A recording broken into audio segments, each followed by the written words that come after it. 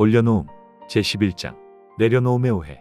하나님께서는 사람에게 저마다의 어떠한 직업을 가져야 한다고 특정하지 않으셨다. 다만 태초부터 우리가 필요한 것이 무엇인지 아시고 모든 것을 창조해 놓으셨다. 창조의 법칙은 하나님이 만들었고 우리들의 영혼은 그 법칙대로 필요한 모든 것을 창조하는 영의 세계에서 구하며 살아가야 한다. 구하기 위해서는 먼저 내가 무슨 일을 하고 싶은가, 무엇이 되고 싶은가, 무엇을 구하고 싶은지를 정확하게 알아야 한다.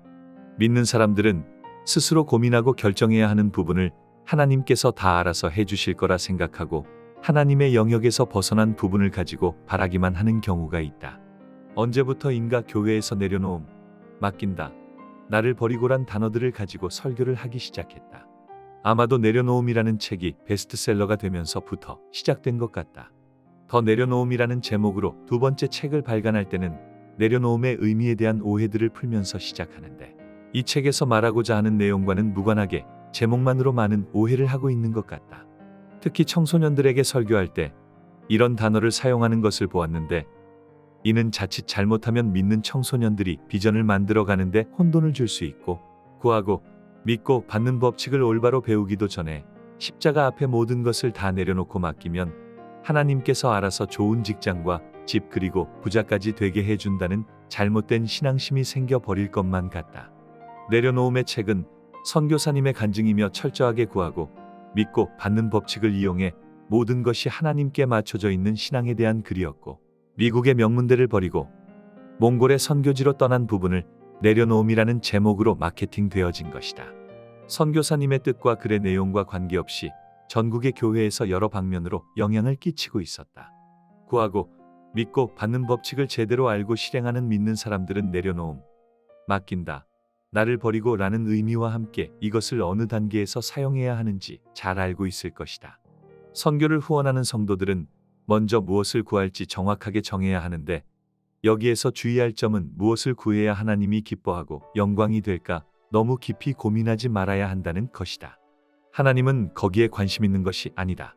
하나님은 우리가 어떠한 삶을 이루는가에 관심을 가지신다. 바로 구하고 믿고 받는 삶이다.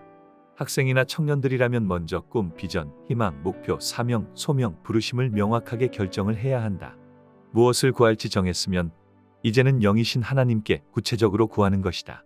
하나님은 법칙대로 창조를 시작하고 우리가 알지 못하는 방법으로 우리의 삶을 인도하며 결과를 만들어내신다. 하나님께 구했으면 이제 우리는 흔들리지 않는 믿음을 가지고 바라던 대로 이루어졌을 때의 모습을 상상하며 실제로 이루어진 듯한 감정을 유지하며 목표에 다다를 때까지 믿음의 기도를 해야 한다. 그리고 받은 것처럼 감사하고 기뻐하고 행동하고 말하며 인내해야 한다.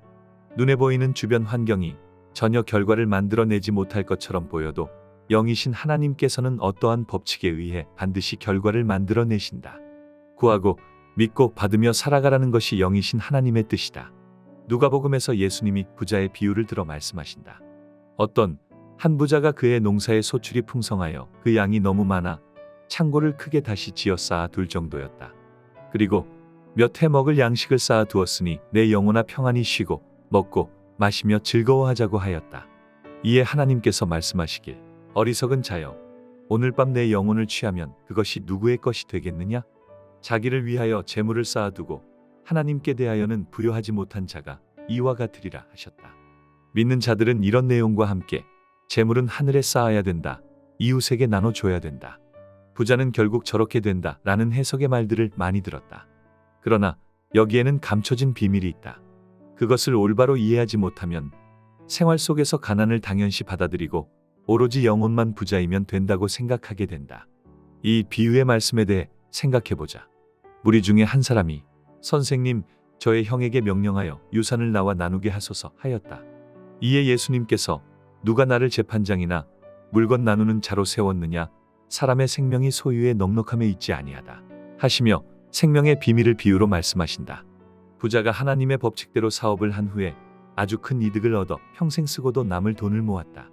이에 부자는 통장에 쌓아놓은 잔고를 보고 생각이 변하여 영이신 하나님의 뜻대로 구하고 믿고 받는 것을 멈추고 보이는 것에 마음을 두었다. 그러자 곧 그 마음은 재물을 잃을까봐 걱정과 두려움이 들어오고 그 두려움으로 인해 그렇게 많던 돈은 사라지고 말았다. 영이신 하나님께 생명이 있고 부요함이 있고 평안과 조화로움이 있으니 형에게서 재산을 빼앗으려 하지 말고 너도 영의 세계 곧 창조의 법칙대로 구하고 믿고 받으라는 비밀의 말씀이다. 젊은 사람이 사업을 시작하면 그때부터 성장할 때까지 참 어려운 삶이 시작된다. 이 어려운 상황을 헤쳐나가기 위해 형제나 친구들이 조금만 지원해주면 바로 성장하여 기업을 만들고 빚도 다 갚을 것이라는 생각으로 도움을 요청한다. 이를 거절당하면 형제와 친구들에 대한 부정적인 마음을 가지게 되어 더욱 어려운 사업으로 이어진다. 마가복음에서 말한 부자의 비유를 보면 사역이나 사업이 소유의 넉넉함에 있지 않다. 정확하게 하나님께 구하고 믿고 받는 창조의 법칙을 적용하여 생명이 있는 직장 생활이나 사업이 되어야 한다. 너희 하늘 아버지께서는 창조하는 영의 세계에서 이 모든 것이 너희에게 있어야 할 줄을 이미 알고 있으니 너희는 먼저 구하고 믿으라. 그리하면 구한 모든 것을 너희에게 더해 주리라 는 성경 말씀이다. 하나님의 뜻은 오로지 모든 사람들이 태초에 만들어 놓은 만물을 구하고 믿고 받는 법칙으로 마음껏 사용하며 살아가라는 것이다. 예수님께서 비유로 말씀하셨다. 한 관원세리가 있는데 부정을 한다는 소문이 있어 감사팀을 보내 세무조사를 실시하기로 했다. 관원세리는 이 소식을 듣고 큰일 났구나, 이제는 모든 재산을 다 빼앗기겠구나 하고 살 방법을 생각했다. 먼저 주인에게 빚을 진 자들을 불러서 계약서를 다시 작성했다. 10억을 빚진 자는 5억이라 쓰고 1억을 빚진 자는 5천만 원이라 쓰게 했다. 내가 주인에게 쫓겨났을 때 저들이 나를 도와줄 것이라는 생각으로 행동했다. 그런데 어이없게도 주인은 그런 관원세리에게 지혜롭다고 칭찬을 했다. 세금을 빼돌렸고 거기에다 이중계약서로 주인의 재산을 탕진했는데도 지혜롭다고 하였다. 위기를 만난 관원세리는 자기 자신을 위해 하나님의 법칙대로 구하고 믿고 받는 행동을 했다. 그래서 예수님께서는 관원세리에게 지혜로운 자라고 하셨던 것이다. 삭개오라는 세무원이 있었다. 예수님을 만나 구원을 받고 부정하게 번 돈이 있다면 4배로 보상하겠다고 말하며 남은 돈을 모두 이웃에게 나눠준다. 그동안은 공급자가 세금을 착복할 수 있는 직장이었고 세무원의 주인은 돈이었다. 그러나 구원받은 세무원은 오직 하나님이 공급자이시고 하나님께만 공급받기로 결단한다. 하나님이 창조하는 영의 세계에서 구하고 믿고 받아서 구원의 삶을 살아간다. 부자 청년은 돈을 잡았다. 관원세리는 돈을 내려놓았다. 세무원 삭개오도 돈을 내려놓았다. 세 사람을 볼 때 부자가 구원을 못 받는 것이 아니고 돈을 대하는 태도가 구원과 연결된다는 가르침이다. 가난하면 매일 생활비와 대출이자와 임차료, 아이들 학원비 마련을 걱정해야 되고 세일을 많이 하는 마트를 찾아다니게 되고 보이는 물질에 집착하게 되어 결국엔 염려를 구한 것이 되어 구하고 믿고 받는 법칙이 작용하여 더 가난해지고 하나님을 잃어버리게 된다. 너무 가난해서 하나님을 잃어버리지 않으려면 가난을 선택한 사람들도 구하고 믿고 받는 법칙을 사용해야 하나님 안에 거할 수 있다. 하나님은 구하고 믿고 받는 일에 있어 재물의 크기에는 관심이 없으시다. 아주 큰 부자도 이미 쌓아놓은 돈에 연연하지 말고 아무리 가난해도 없는 것에 마음을 두지 말고 계속 구하고 믿고 받는 법칙대로 살아야 한다는 것이다. 예수님께서 주기도문으로 기도를 가르쳐 주셨다. 오늘날 우리에게 일용할 양식을 주시고 이 부분 때문에 믿는 자들은 어떻게 하루 양식으로 살아가지? 하는 생각을 가지면서도 속상하지만 많이 구하는 것은 죄를 짓고 있는 거라고 생각한다. 뜻이 하늘에서 이루어진 것 같이 땅에서도 이루어지이다.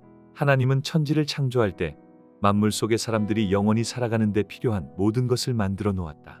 땅에서도 그대로 이루어지는데 구하고 믿고 받는 법칙이다. 일용할 양식이라는 뜻은 사람이라면 누구나 구하고 믿고 받는 법칙을 매일 사용하라는 뜻이다. 너희는 먼저 그의 나라와 의를 구하라. 그리하면 이 모든 것을 너희에게 주시리라. 그의 나라, 태초부터 창조해 놓은 무형의 물질로 된 창조하는 영의 세계, 의는 구하고 믿고 받는 것. 이 모든 것, 우리의 생각과 마음 속에 있는 모든 것. 이렇게 해석하면 창조의 법칙에 어긋남이 없다. 하나님 앞에 십자가 앞에 모든 것을 내려놓고 맡기고 바르게 살기만 하면 하나님이 다 알아서 주신다고 하면 신앙생활이 쉽기는 하지만 창조의 법칙에 어긋나 무엇을 받을지 모르게 된다. 하나님께 구한 후에 창조의 과정은 하나님께 내려놓고 맡기고 받은 후에는 나의 자랑이 될 수 있으니 나를 버려야 한다. 구하는 것은 내가 하여야 한다. 올려놓음이다. 창조하는 것은 하나님 하신다. 내려놓음이다. 믿는 것은 성령님이 도우신다. 맡기는 것이다.